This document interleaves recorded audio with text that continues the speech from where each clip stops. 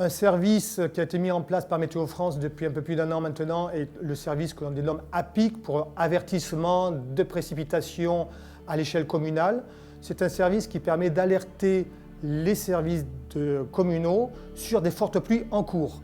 Dès que certains seuils de dangerosité sont atteints ou dépassés, les communes sont alertées par des moyens modernes, SMS ou téléphone ou email, de ces précipitations particulièrement fortes et donc dangereuses, ce qui permet de mettre en place à l'échelle des communes de toutes les cellules possibles pour gérer au mieux ces états de crise. Le rôle du service météorologique, c'est non seulement d'informer continuellement les services d'État et les services de protection civile de la situation en cours et de la situation à venir pour les heures à venir et les jours prochains.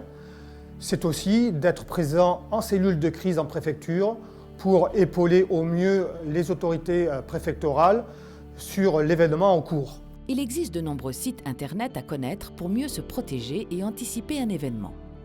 En cas de risque annoncé, 2 sites peuvent être consultés. Le site de Météo France, où apparaît la carte de vigilance météo.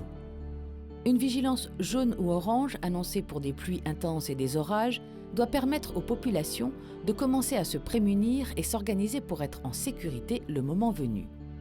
Le site internet Vigicru, qui informe des cours d'eau pour lesquels une crue et des débordements peuvent avoir lieu. Des capteurs enregistrent régulièrement des données sur les débits et les hauteurs d'eau, permettant en permanence d'être informés sur l'état des cours d'eau. Pour obtenir des informations plus générales sur le risque inondation, un portail de la prévention des risques majeurs est disponible à l'adresse suivante www.prime.net. On y trouve notamment une cartographie des risques et des zones inondables, ainsi que les consignes de sécurité à adopter en cas de crise.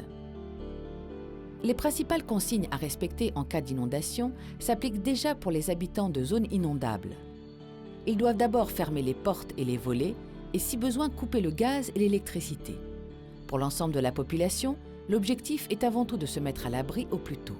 Ne pas rester dans son véhicule ou emprunter des routes vulnérables, notamment les ponts.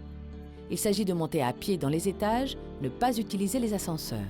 S'il n'y a pas d'étage, il faut envisager un autre lieu de repli, chez un voisin ou dans une salle prévue par la commune, se renseigner le cas échéant. Une autre option, moins recommandée mais envisageable, est de monter sur le toit en attendant l'arrivée des secours. Pour les écoles, un plan sera déclenché entraînant la mise en sûreté des élèves et du corps enseignant. Il est alors primordial que les parents ou adultes n'aillent pas chercher leurs enfants à l'école, car le personnel de l'école s'occupe d'eux. Il serait trop dangereux de prendre des risques sur la route. Il est alors fortement conseillé d'écouter une radio, de préférence à pile en cas de coupure d'électricité, et d'écouter la station France Bleu locale, France Bleu Héros au 101.1. Des informations précieuses sont régulièrement communiquées sur l'évolution de la situation. Enfin, il est recommandé d'éviter de téléphoner pendant une crise afin de libérer un maximum de réseau pour les secours. Il faut éviter de saturer le réseau, à moins que l'appel soit urgent. La perception des risques représente le garant de meilleure compréhension et réflexe en situation de crise et par conséquent participe à la réduction de vulnérabilité de nos territoires.